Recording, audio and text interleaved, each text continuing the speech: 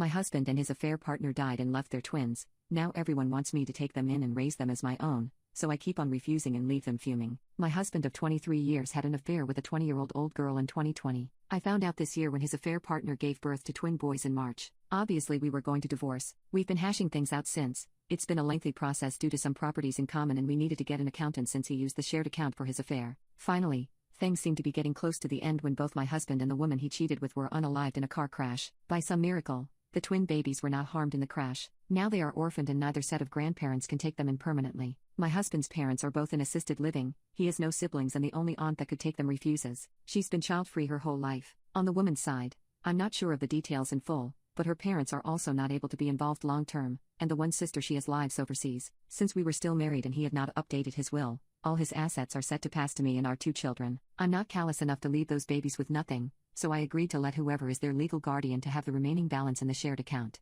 About $25,000 in savings. The issue is no one wants to take them in. Now my in-laws are pressuring me to take them in and raise them. The issue is, I don't want to. At all. I wouldn't love them and I don't want to be the evil stepmother, but I know a big part of me will always have a level of resentment towards them. I will probably favor my own children. It's not their fault, but I truly loved my husband and I thought we were happy before I found out about the affair. We have 2 daughters, 14 and 16. Obviously we had disagreements, but never insulted each other before. Then I found out about the affair and he began calling me names and blaming me for his cheating. He became abusive and even tried to kick me of the house, my childhood home that is not shared property for the record. I'm also raising teenagers alone now. I don't have the energy to raise babies anymore. My daughters hate their baby brothers. I tried to get them to spend time with their dad as we were divorcing, but they refused. Since this all was found out because of the babies, there wasn't really a way to sugarcoat the situation, and they are also too old to really get away with it. Most of my friends agree it's not my place to care for those children, but my in-laws, the affair woman's parents, and my mother want me to raise them. I know my mom is just having a grandkids fever, but it hurts to not have her support.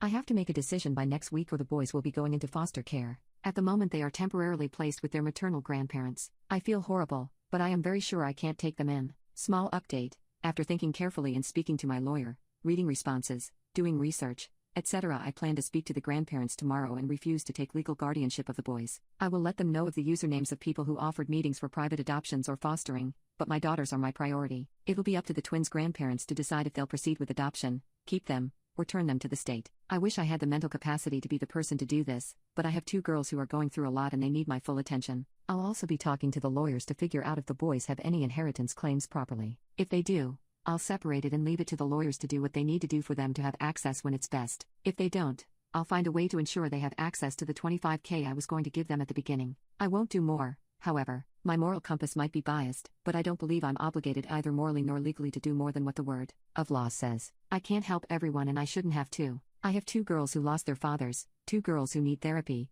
and 2 girls just about to get to college. They've gone through enough without seeing their mother favor the children of their father's mistress. Second update: so as I said 2 nights ago, I went yesterday to speak to the twins' grandparents. I explained my position and refused to take guardianship of the boys. My mother-in-law almost slapped me when I said that, but thankfully this was all done in a public place and my father-in-law stopped her. The maternal grandparents kept pleading for me to raise them since they didn't want to lose them. I kept saying no, and when they called me selfish, I lost it. I told them to their face the only selfish people in this mess were them and their son and daughter. Their son, my husband, for cheating and then making the divorce hell on me and my girls. Their daughter because she was a WHRE, I used another word, who went after a married man twice her age. I told them if I heard from them again, I would request a cease and desist. I also informed my parents-in-law that they won't have access to my daughters for the foreseeable future. I'll explain why in a bit. We were at a restaurant, but I didn't stay for the meal. I also sent an email to my lawyer so he can ensure CPS and any agency involved in the welfare of the twins is aware I'm not going to be their guardian or be involved. Yesterday was the end of my involvement.